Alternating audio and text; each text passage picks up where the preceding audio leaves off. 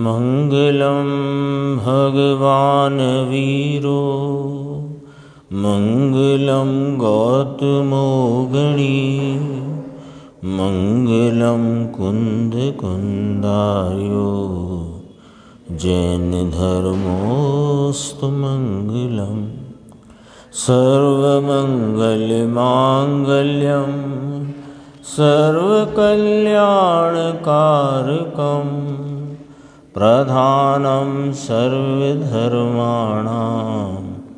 जैनं जयतु शासनम्। मैं नमो तीर्थनायक को, नमो ओंकार वाणी को, नमो उन कुंद प्रभु को जिन्होंने ओंकार धारण की। अहो उपकार जिनवर का, कुंद का दिव्य वाणी का, जिन कुंद ध्वनि दाता उनका हान स्वामी का। चिदानंदिक रूपाए जिनाए परमात्मने, परमात्म प्रकाशाए नित्यं सिद्धात्मने। आचार्य योगेंद्र देव कृत परमात्म प्रकाश नाम का ग्रंथ और इसकी प्रथम महाधिकार की 109 नंबर की गाथा कल अपनी प्रारंभ हुई थी और आज 110 नंबर की गाथा भी गुरुदेव श्री ने उस पर अपन ने उनका व्याख्यान सुना। 109 नंबर की गाथा में परलोक शब्द के द्वारा आत्मा की बात आचार्य योगेंद्र देव ने प्रारंभ की, यानी परलोक शब्द को यहाँ प्रस्तुत किया और परलोक शब्द से यह आत्मा ही है ऐसा यहाँ पर अर्थ प्रस्तुत किया है। तो 109 नंबर गाथा में ये कहा था कि प्रत्येक आत्मा परलोक है, उत्कृष्ट पदार्थ है और शक्ति रूप से केवल ज्ञान केवल दर्शन स्वरूप है। प्रत्येक आत्मा यानी जगत में जितने आत्मा हैं, चाहे वे निगोद अवस्था में रहे हों अथवा व्यवहार जीव राशि नर नारक त्रियंच देव आदि गतियों में रहे हों या कि सिद्ध अवस्था में रहे हों, सब ही जीव मात्र, वह सब शक्ति रूप हैं और सिद्ध भगवान व्यक्ति रूप है। तो शक्ति तो है ही उनमें जो व्यक्त हुई है। तो कहा कि जो केवल ज्ञान केवल दर्शन स्वरूप आत्मा है वे सबको यहाँ परलोक शब्द से कहा। तो ब्रह्मा विष्णु महेश शिव शंकर जो नाम जितने जगत भर में हैं वे सब सिद्ध परमात्मा के नाम हैं। ये आई थी ना कल बात, ब्रह्मा विष्णु महेश शिव शंकर जो कोई भी 1008 नाम, तो 1008 नाम वो केवली परमात्मा अरिहंत देव सिद्ध भगवंतों के हैं और वे सब ही नाम इस आत्मा के हैं शक्ति रूप से, वे ही नाम व्यक्ति रूप से हैं। दूसरा कहा था कि ब्रह्मलोक या वो क्या कौन सा ब्रह्मधाम, ये सब वास्तव में सिद्ध शिला के नाम हैं। सिद्ध शिला ही ब्रह्म इसमें आया, देखो ब्रह्मलोक है, विष्णु लोक है, शिवलोक, ये सब ही वास्तव में सिद्ध शिला को ही कहा। आज जो यहाँ व्याख्यान प्रारंभ हुआ 449 पेज, यहाँ से थोड़ा सा देखकर अपन 110 गाथा में चलेंगे। परमात्म प्रकाश 109 गाथा, यहाँ आया कि यह आत्मा है, जगत में जितने आत्मा हैं वह शक्ति रूप से परमात्मा है प्रत्येक आत्मा, और व्यक्ति रूप से जो परमात्मा है वे सिद्ध भगवंत हैं, है ना। अरिहंत को तो साथ में आ गए पर सिद्ध को लिया सीधा। कि यह आत्मा है, यह कहकर क्या किया शुभम, क्या कहा यह कहकर, यह माने ये मैं, यह आत्मा है वह शक्ति रूप से परमात्मा है। अभी प्रत्येक आत्मा शक्ति रूप से परमात्मा है। और सिद्ध परमात्मा कौन है कि वे व्यक्ति रूप से परमात्मा है। प्रगट दशा हो गई, सिद्ध भगवंतों की दशा प्रगट हो गई। किसकी दशा प्रकट हो गई कि जो अंतरंग में शक्ति और वैभव था वो प्रकट हो गया, है ना। प्रकट हो गया कहते हैं ना, प्रकट हो गया, तो प्रकट कुछ बाहर का थोड़ी प्रकट होता है। प्रकट तो जो अंदर में रहा हुआ है वो प्रकट होता है। तो कहा कि प्रकट दशा हो गई, प्रत्येक आत्मा शक्ति रूप से शिव है, विष्णु है, और जो कहो सो वह है। और प्रकट रूप सिद्ध परमात्मा हुए, उन्हें भी शिव, ब्रह्मा, विष्णु, महेश, शंकर, जो कुछ भी नाम है वे सब सिद्ध भगवंतों के नाम हैं, प्रकट बने। और वही नाम शक्ति रूप से प्रत्येक आत्मा के हैं। अपन अगले पेज पे ये पूर्ण होती है, देखो ये वाली बात है। यह जीव ही अंतिम शब्द है ना, टीका का भावार्थ का। यह जीव ही शुद्ध नय से भगवान है, पूर्ण पवित्र परमात्म स्वरूप वह आत्मा है, वह भगवान है ना। अब वह आत्मा है, वह भगवान है, ये कथन की शैली है। पढ़ने की शैली ये कि यह जीव ही शुद्ध नय से भगवान है, यह परमात्म स्वरूप, यह आत्मा है, यह भगवान है। ये वाली बात यहाँ आई। 110 गाथा पर प्रारंभ करते हैं।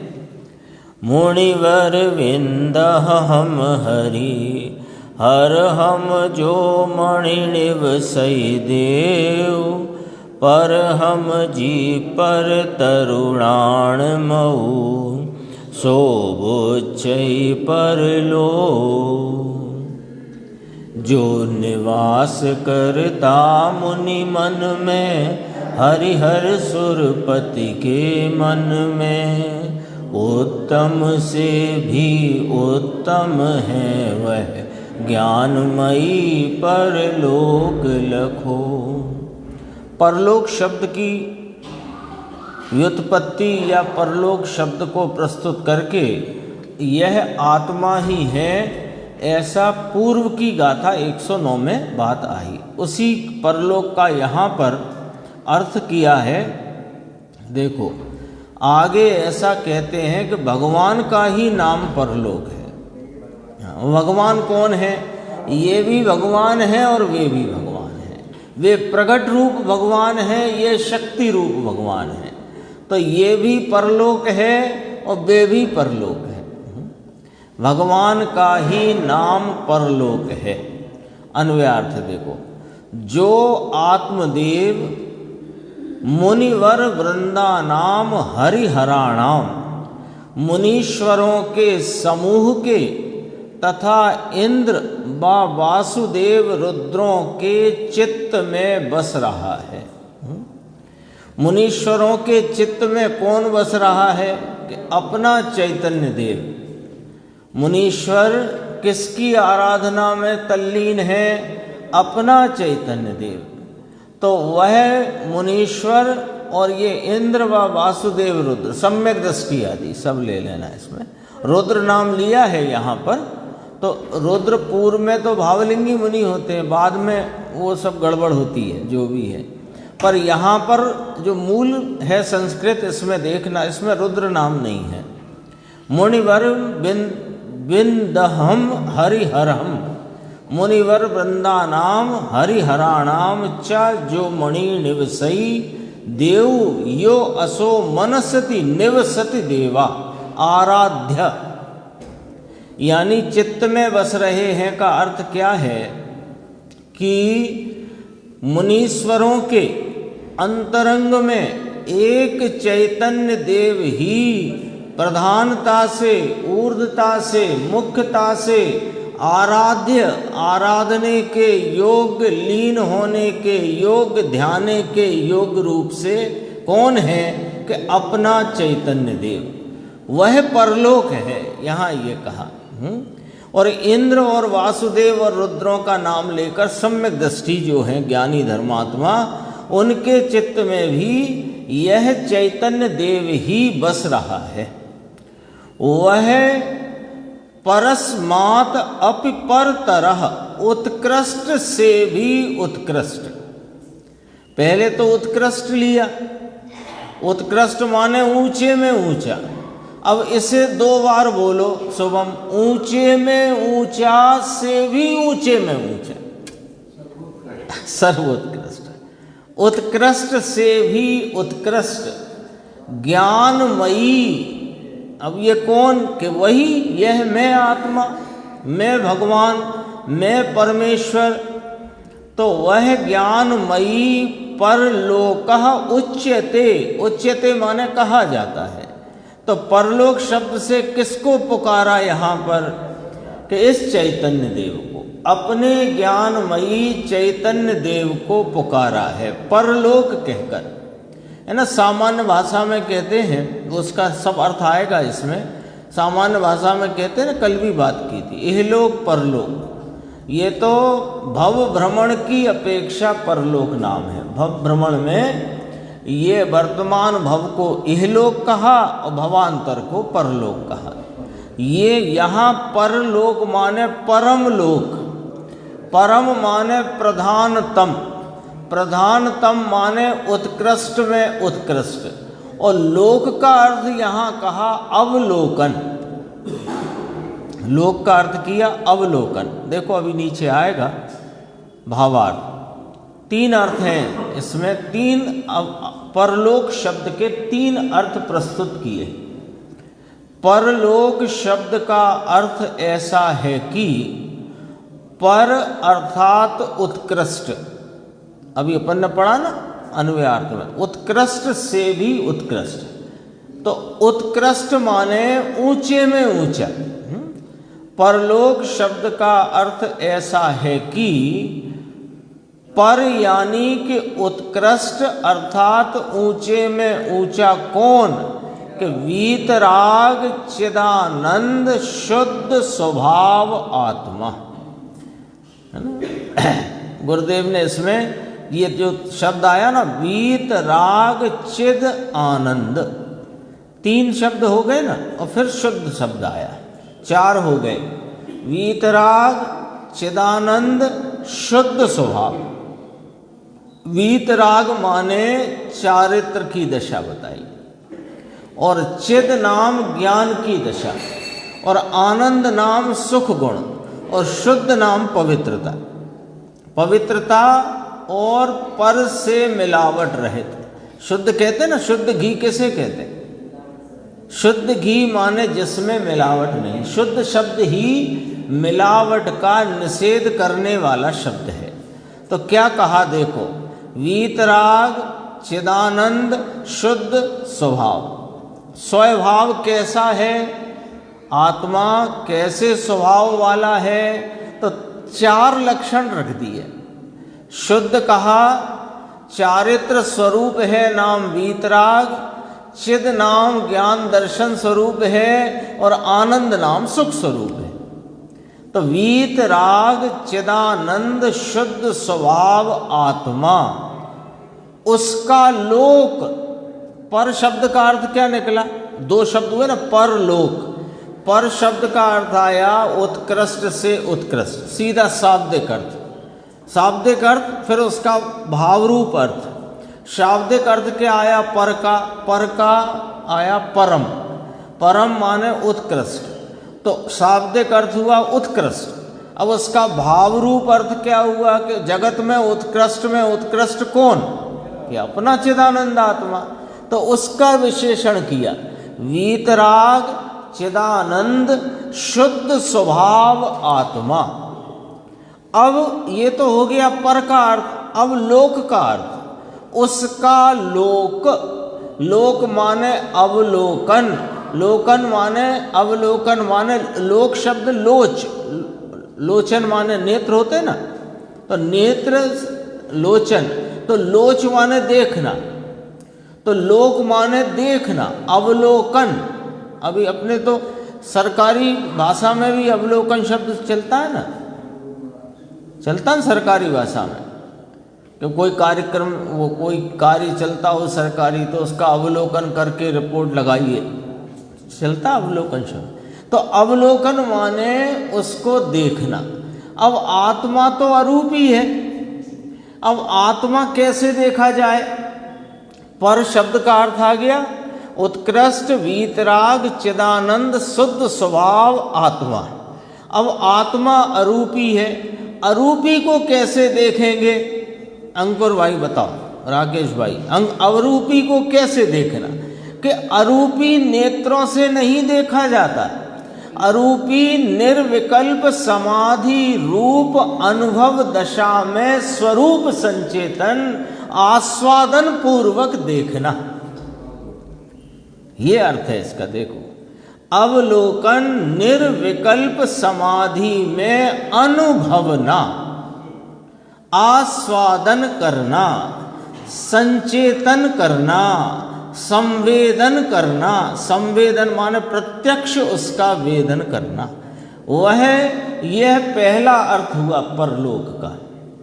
परलोक का, परलोक शब्द है, उसके तीन अर्थ। पहला अर्थ हुआ कि उत्कृष्ट वीतराग चिदानंद शुद्ध स्वभाव आत्मा यह पर, और इसका निर्विकल्प वीतराग परिणति में उसका अनुभव करना, आस्वादन करना, संवेदन करना, संचेतन करना, ये हुआ लोक।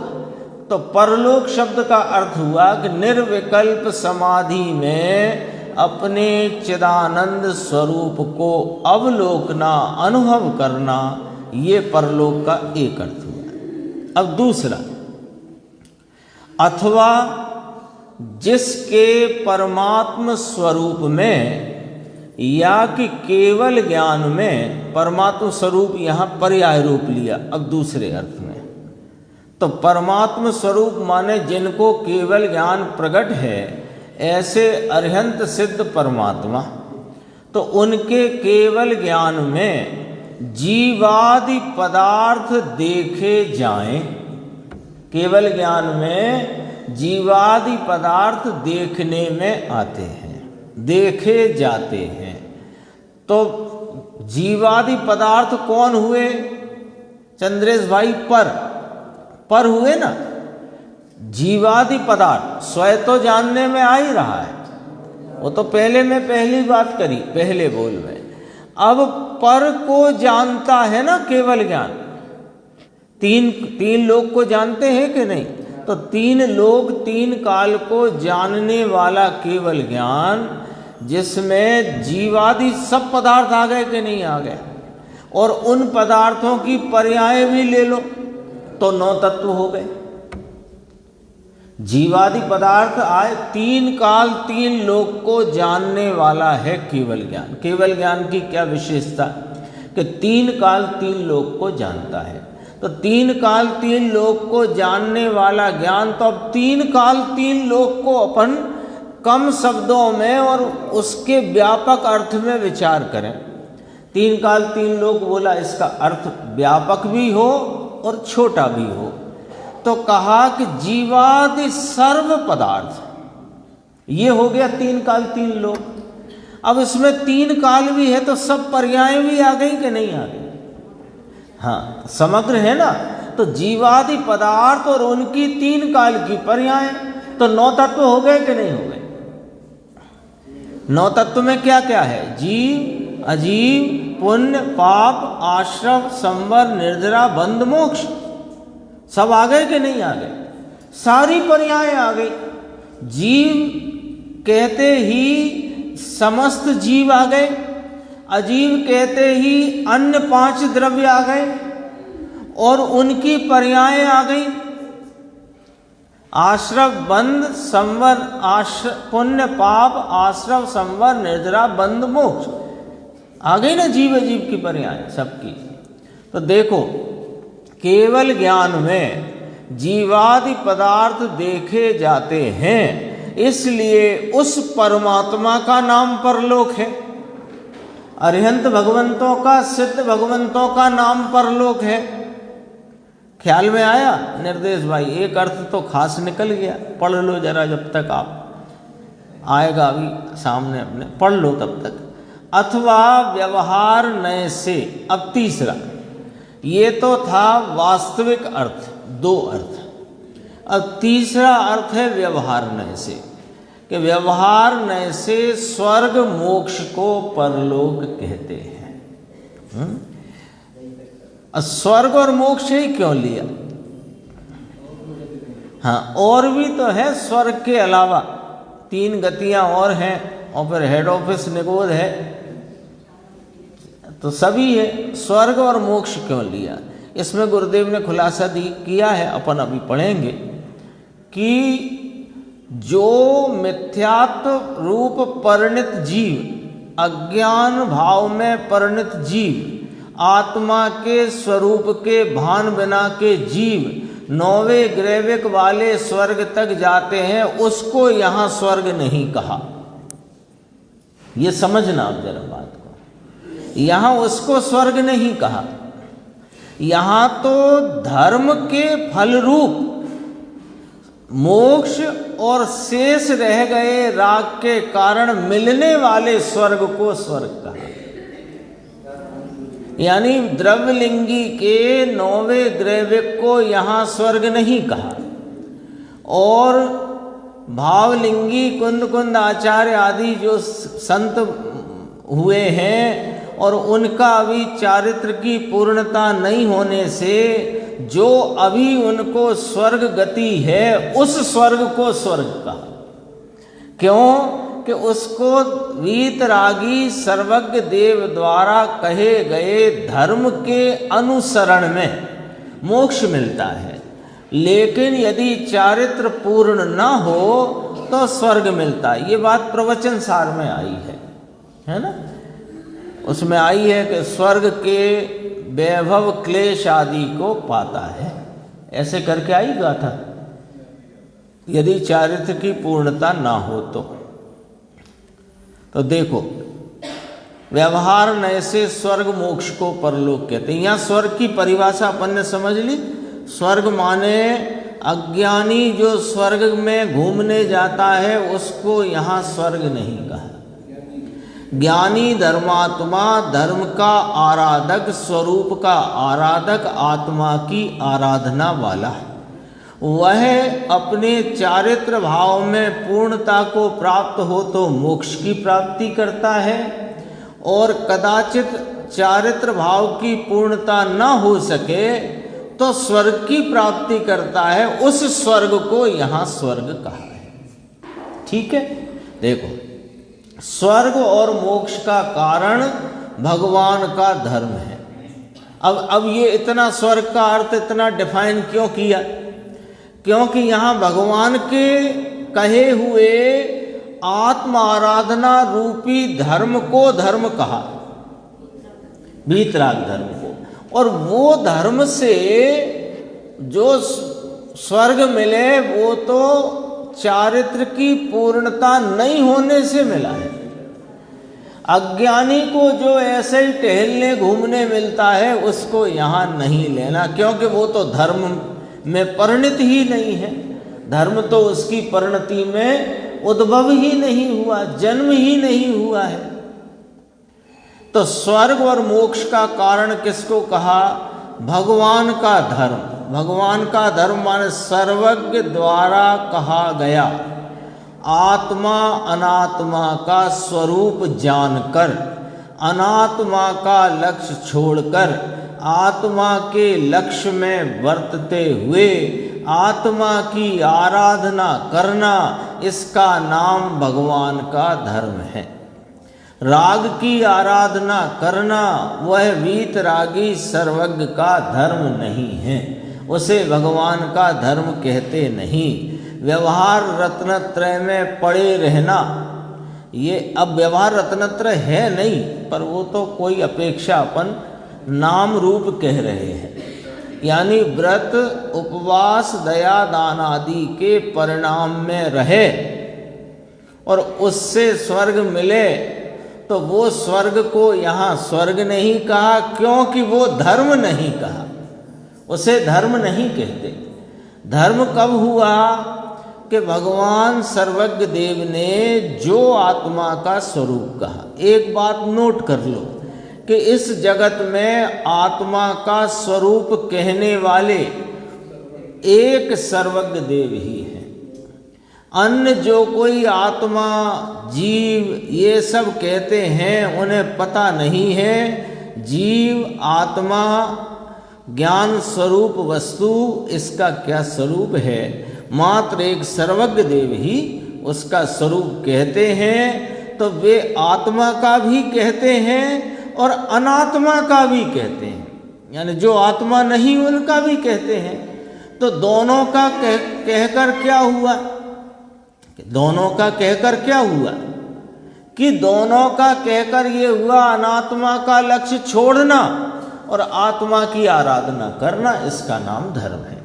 देखो, स्वर्ग और मोक्ष का कारण भगवान का धर्म है, इसलिए केवली भगवान को परलोक कहते हैं। तीसरा, वो तीसरा ही था, अब तो उसका उपसंहार है पूरी चर्चा का। परमात्मा के समान अपना निज आत्मा है, वही परलोक है, वही उपादेय है। तो वही उपादेय है, इसका अर्थ क्या निकलेगा निर्देश? अन्य कोई उपादेय नहीं है, रागादि भाव उपादेय नहीं है। वीतरागी तीर्थंकर भगवान की भक्ति उपादेय नहीं है। वीतरागी तीर्थंकर भगवंतों ने जो मेरे आत्मा का स्वरूप कहा, वह मेरी आत्मा ही उपादेय है। अभी देखो गुरुदेव का अपन वर्णन इसमें आया है, पेज कौन सा है? 452 नीचे एकदम। विकल्प से पार, उसको पर कहा, पार और पर है ना, दो शब्द हो गए। विकल्प से पार माने निर्विकल्प और पर माने आत्मा। ऐसे परलोक है ना, दो शब्द अपन ने देखे थे। पर माने उत्कृष्ट से उत्कृष्ट है ना, वीतराग चिदानंद शुद्ध स्वभाव आत्मा, तो वो तो हुआ पर। और वो ज्ञात कैसे हो, अनुभव में कैसे आए, लोकन अवलोकन कैसे हो कि विकल्प से पार। पार और पर अवलोकन करने योग्य है, तो वह परमात्मा है। ये परमात्मा है ना, तीन प्रकार से कहा था, बहिरात्मा, अंतरात्मा, परमात्मा। वो पर्याय के प्रकार हैं, वो आत्मा के पर्याय प्रकारता से भेद है। और परमात्मा जब कहा तो ये द्रव्य अपेक्षा में परमात्मा हूं, ठीक है। तो देखो, वह परमात्मा है, उसे परलोक कहते हैं। पर अवलोकन, पर लोक, लोक माने अवलोकन, तो पर अवलोकन। पर माने पर नहीं, पर माने परम।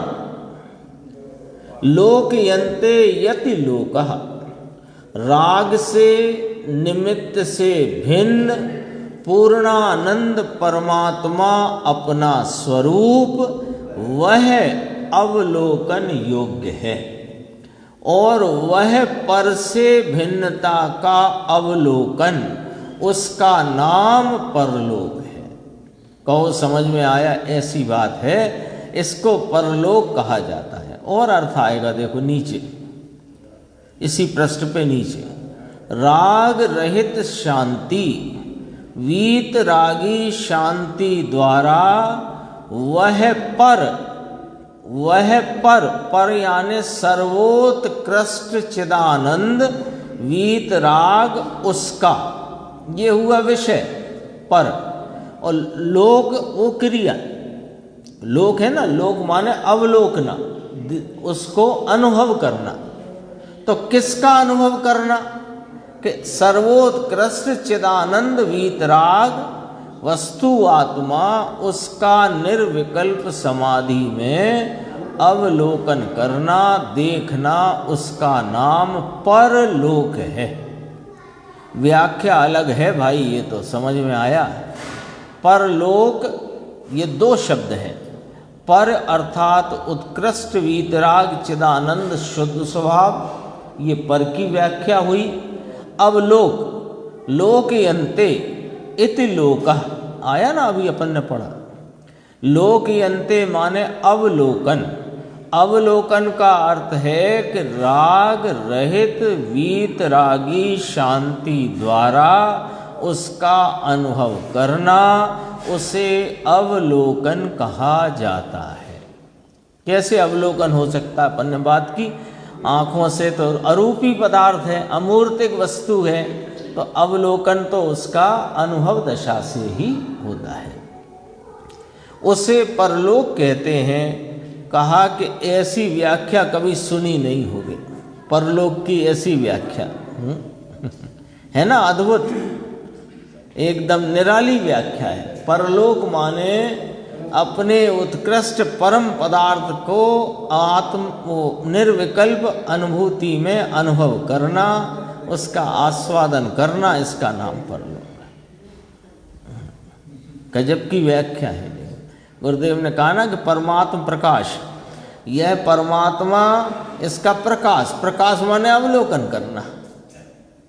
परमात्मा प्रकाश, तू तो परमात्मा स्वरूप ही है। अब प्रकाश का अर्थ हुआ है परमात्मा स्वरूप जो त्रिकाल है, उसे पर कहते हैं, और प्रकाश का अर्थ उसका अवलोकन करना। देखो नीचे पूछा मोक्षी ने, यथार्थ अवलोकन निर्विकल्प समाधि में होता है साहेब? ऐसा करके प्रश्न पूछा।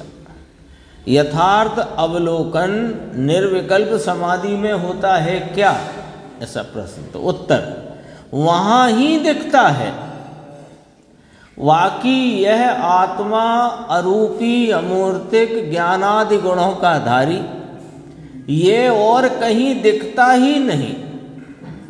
ये कहाँ दिखता है कि अपने जानन स्वरूपता के सामान्य भाव से प्रत्येक जानन पर्याय में जानन जानन स्वरूप की एक रूपता से सदा काल पर्याय प्रति पर्याय में विद्यमान हाजरा हुजूर है।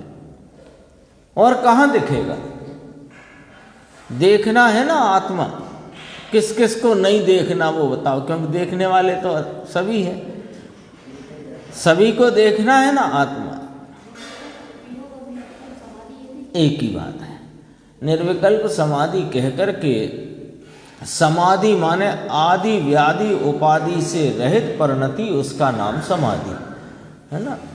आदि व्याधि उपाधि, व्याधि सामान्यतः शरीर के प्रति के लक्ष्य को व्याधि कहा।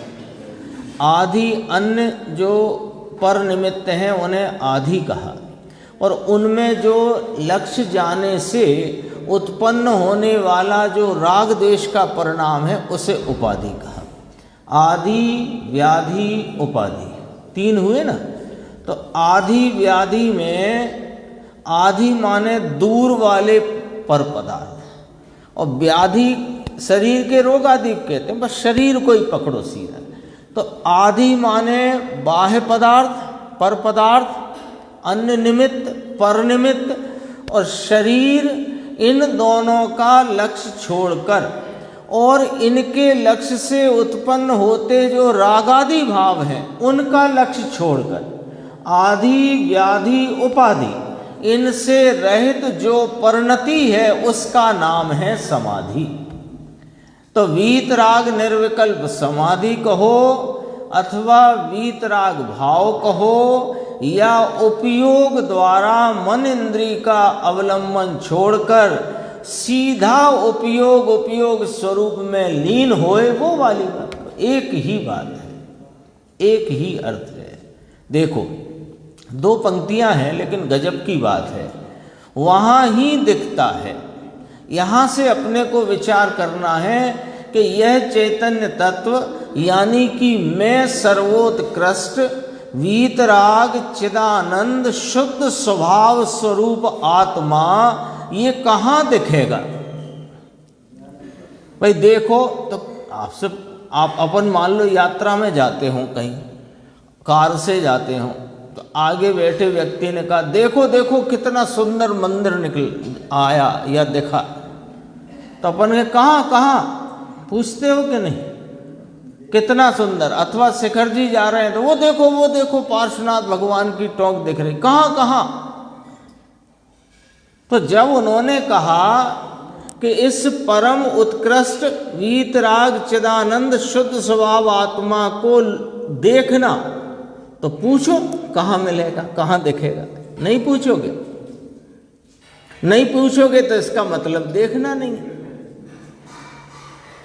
अब जैसे नहीं देखना होता ना, किसी ने कहा कि देखो कितना सुंदर मंदिर, अच्छा उसे देखना नहीं है।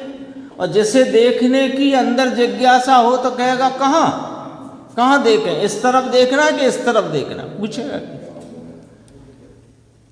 तो यहाँ आचार्य योगेंद्र देव फरमाते हैं कि यह वीतराग चिदानंद शुद्ध स्वभाव आत्मा, उसको अनुभव करना, देखना, तो कहाँ देखें कि अनुभव में आ जाए। देखने का अर्थ यहाँ आंखों से देखना नहीं है। कहाँ लक्ष्य करें उपयोग का, उपयोग में किसको विषय बनाएं, कैसे विषय बनाएं कि वह अनुभव में आ जाए। ये प्रश्न आ गया ना अपने आप जिज्ञासा के रूप में। क्या कहा है? वहां ही दिखता है। कहाँ?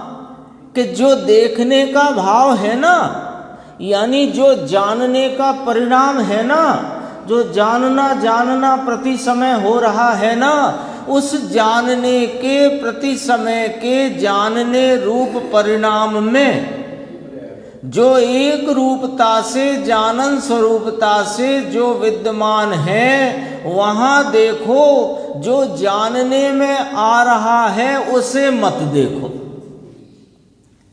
जो पर गेयों पर लक्ष्य होने से अभी जानने में जो आ रहा है, अभी ही की बात करें कि अभी जो शब्द यहाँ से बोले जा रहे हैं अथवा आपके सामने पुस्तक में हैं, उन शब्दों के जानने रूप से परिणमते ज्ञान में, ये जो जानना शब्दों का हो रहा है, उन शब्दों को और शब्दों के जानने को छोड़कर जो जानना एक रूपता से हर पर्याय में विद्यमान है, उसे देखो। वहां दिखेगा, वहां अनुभव में आएगा। देखो नीचे बोला है गुरुदेव श्री ने, उसके बिना तो अवलोकन होता नहीं, क्योंकि जिसको देखना है उसको ही देखे तो अवलोकन कहलाए ना। अकेले ज्ञान में, एक रूप ज्ञान में जानना, इसका अर्थ ये है। जहां जानना, ऐसा है कि नहीं? ख्याल में आया शुभम? बात आई ख्याल में? अभी जैसे ये 4 शब्द पढ़े, वहां ही दिखता है, उसके बिना तो अवलोकन होता नहीं। तो एक ही बार में तो सब शब्दों को नहीं जान लिया ना। तो 1 पर्याय, 2 पर्याय, 3 पर्याय, 4 पर्याय, 5 पर्याय, 6 पर्याय, 7 पर्याय, फिर ऐसे प्रत्येक पर्याय में अलग अलग शब्दों संबंधी जानना हुआ। तो अलग अलग शब्दों संबंधी जानना हुआ, तो हर पर्याय में एक बात कॉमन रही कि जानना सब में हुआ। पहली पर्याय में वहां शब्द का जानना, दूसरी पर्याय में ही शब्द का जानना, तीसरी पर्याय में दिखता शब्द का जानना, चौथी पर्याय में है शब्द का जानना। तो बदल तो गया, जानने में एक भाव बदल गया और एक भाव ऐसा रहा जो नहीं बदला। क्या बदल गया? कि वो विषय के निमित्त से होता जानने के परिणाम बदल गया। लेकिन उस जानने के परिणाम के साथ वर्तता हुआ जानने का स्वभाव नहीं बदला। तो वहाँ अवलोकन करो तो यह निर्विकल्प समाधि में वह आत्मा अनुभव में आता है। आगे आते हैं अपन, देखो ये आया 456 पेज।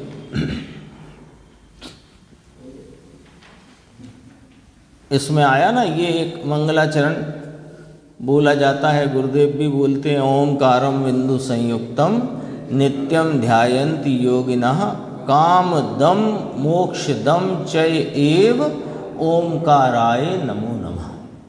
इसका अर्थ क्या, वो थोड़ा गुरुदेव ने खोला है, नहीं तो कह रहे थे ना पहाड़े जैसे बोल जाए, अर्थ का पता नहीं। तो देखो, भगवान परमानंद स्वरूप जो यह उत्कृष्ट कहा, उसके धर्म को कहने वाले तो भगवान हैं। भगवान परमानंद स्वरूप उत्कृष्ट पदार्थ कौन है? मैं यह वीतराग चिदानंद शुद्ध स्वभाव आत्मा, ठीक है। उसके धर्म को कहने वाले तो कौन हैं?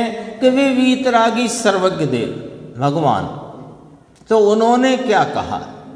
उन्होंने ये कहा कि तेरी चीज ऐसी है, कैसी है? वीतराग चिदानंद शुद्ध स्वभाव स्वरूप है, और उसे तू निर्विकल्प समाधि द्वारा जान।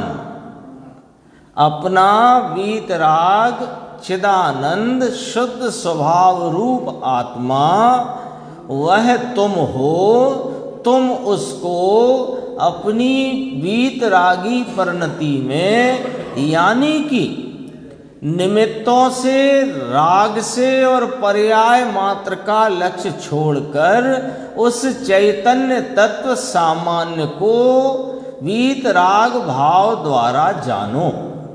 तो इस जानने रूप परिणति का नाम निर्विकल्प धर्म है। वास्तव में यही धर्म है, इसके अतिरिक्त जगत में और कोई धर्म है नहीं, होता नहीं।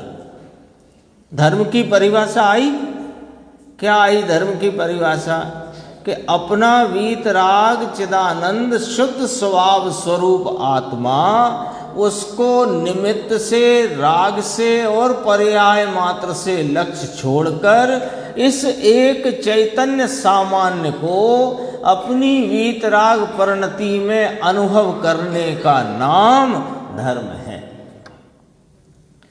तो वह निर्विकल्प धर्म है, और उसका आश्रय धर्म किसके आश्रय से होता है? ये बात भी आ गई। धर्म किसके आश्रय से होता है? कि देवशास्त्र गुरु के, कि ना वे तो निमित्तों में गए। अभी अपन ने धर्म को परिभाषित, यहाँ से परिभाषा सीखी ना धर्म की। अपन ने क्या सीखी परिभाषा? कि निमित्तों से, राग से और पर्याय मात्र से लक्ष्य छोड़कर जो वीतराग भाव द्वारा आत्मा का अनुभव करना, उसका नाम धर्म है। तो वो किसके आश्रय से प्रगटेगा धर्म? तो कहा कि वह आत्मा जो त्रिकाली वस्तु है उसके आश्रय से प्रगटेगा। तो देवगुरु सास के आश्रय से प्रगटेगा कि नहीं प्रगटेगा? क्योंकि वे तो निमित्त में गए।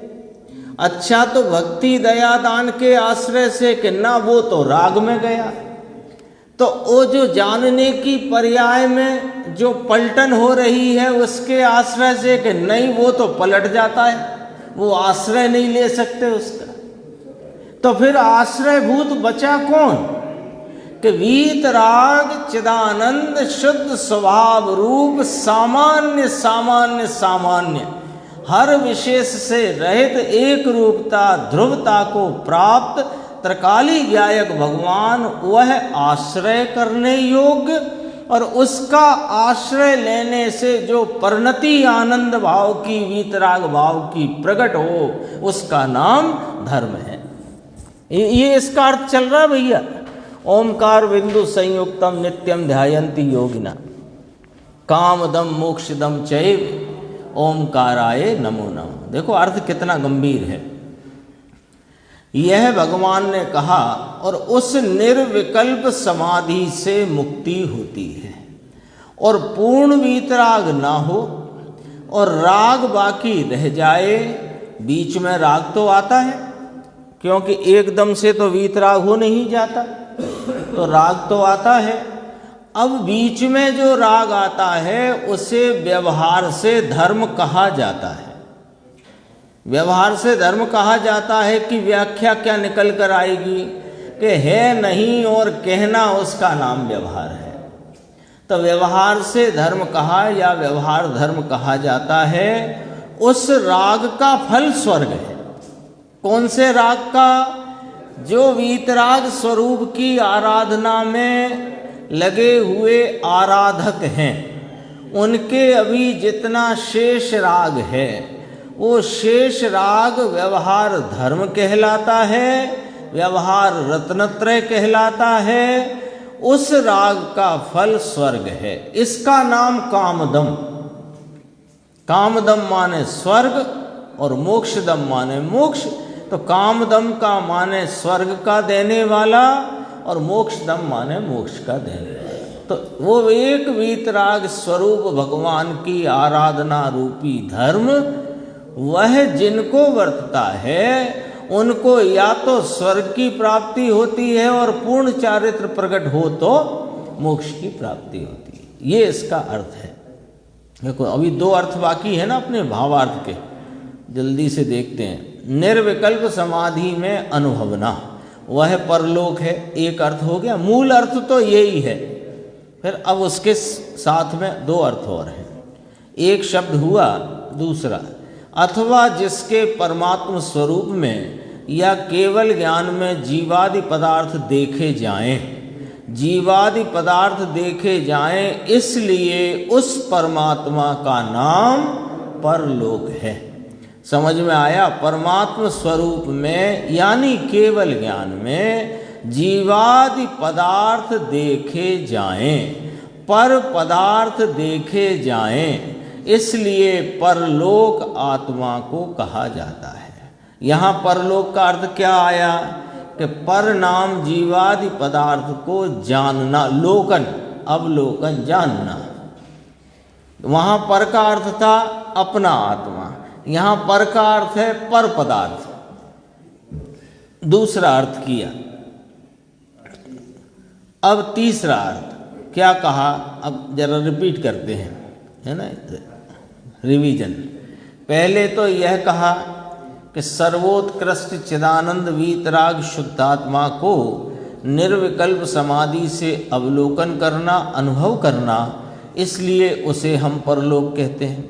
दूसरा, जो केवल ज्ञान और केवल दर्शन हुए, उसमें 9 पदार्थ जो भिन्न चीज हैं वह उसमें ज्ञात होते हैं, इसलिए भी उसे परलोक कहा जाता है। 2 बातें हो गई। अब तीसरा अर्थ, अथवा व्यवहार नय से स्वर्ग मोक्ष को परलोक कहते हैं।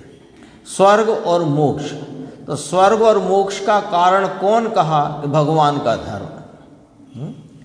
धर्म बिना स्वर्ग में जाए वह तो अनंत लोग गए, वो वाला नहीं लेना। धर्म बिना मैं भी अनंत बार गया, 9वें ग्रेविक अनंत बार गया, मैं आप सब ये जीव गया कि नहीं गया, उसको यहाँ नहीं लेना, क्योंकि उसने वीतराग धर्म की आराधना ही नहीं की थी।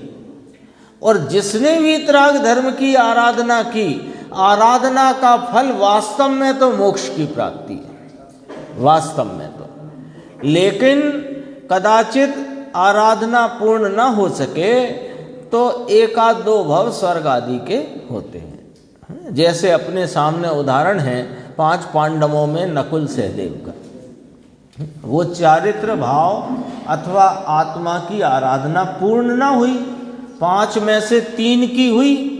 पांचों एक ही अपने अपने इस चिदानंद तत्व के आश्रय को या आश्रय में इसकी ही आराधना में लीन थे, है ना। और 3 ने अपनी आराधना पूर्ण करके वहाँ शत्रुंजय गिरि से निर्वाण मोक्ष को प्राप्त किया। और 2 को थोड़ा विकल्प आ गया तो चारित्र में खलल पड़ गया, तो चारित्र पूर्ण ना हुआ तो उसके फल में कामदम,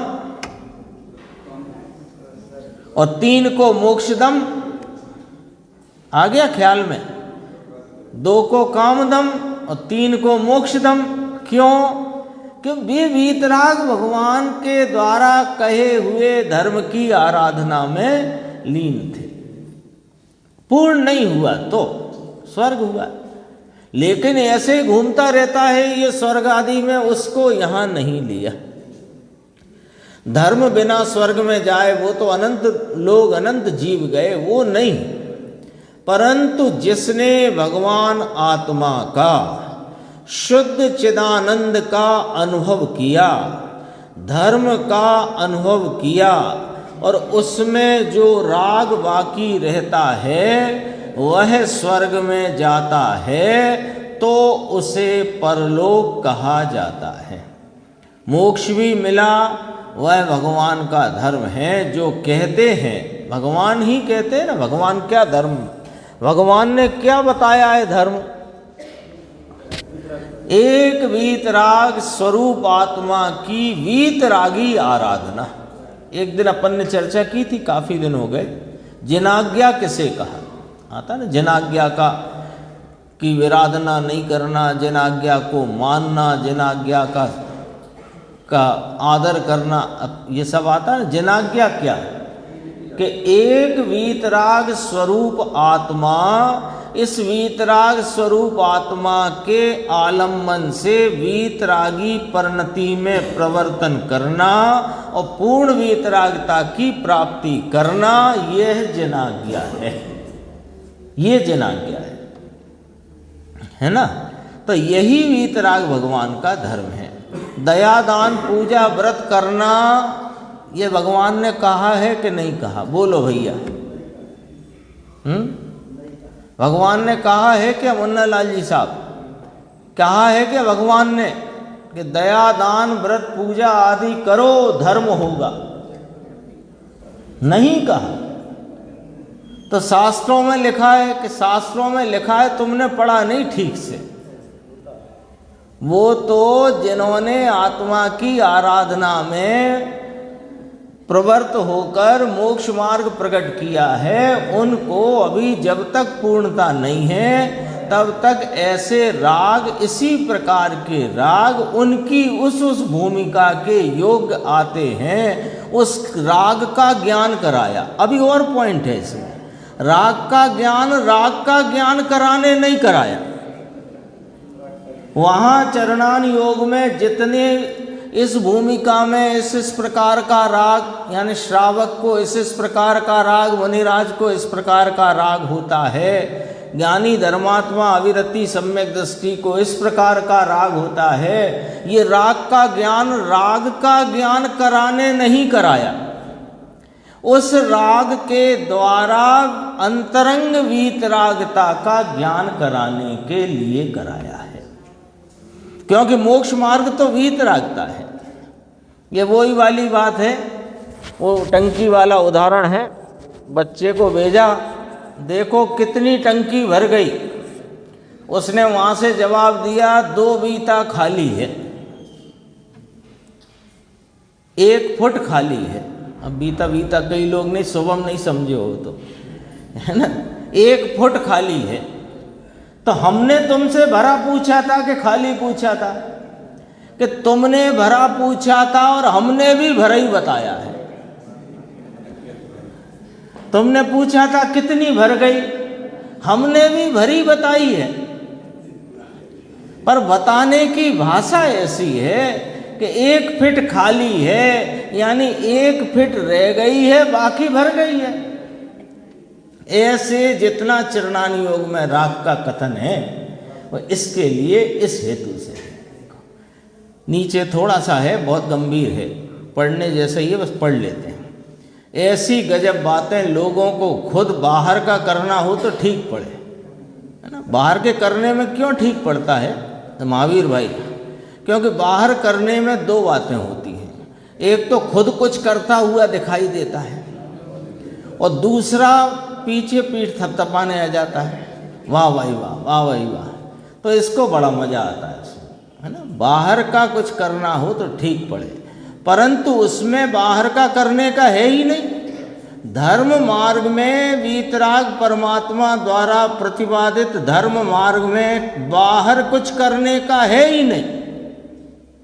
जो बाहर का हो रहा है उतनी दूरी है मोक्ष से।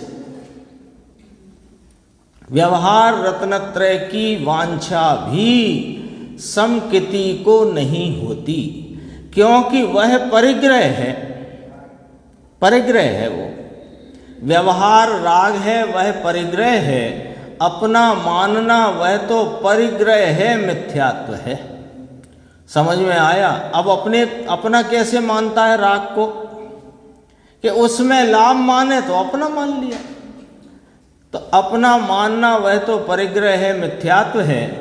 देव गुरु शास्त्र की श्रद्धा, पंच महाव्रत के परिणाम और शास्त्र का ज्ञान, शास्त्र ज्ञान, उसकी पकड़ वह परिग्रह है। बोलो, बात समझ में आती है कि नहीं?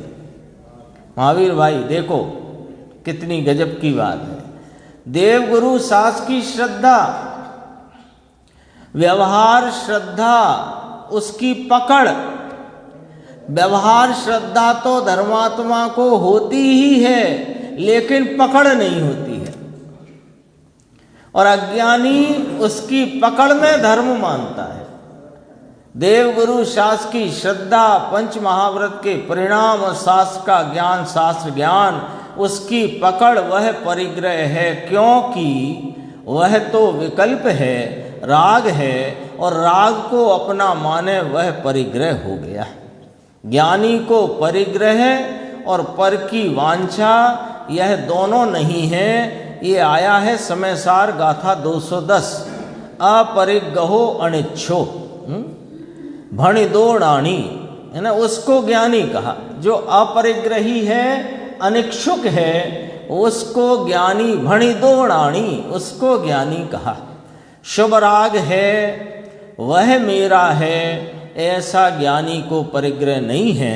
पैसा भैसा धूल तो कहाँ रह गई, पैसा धूल तुम्हारे कहाँ दूर की बात है। वो तो शेष चर्चा आगे की स्वर।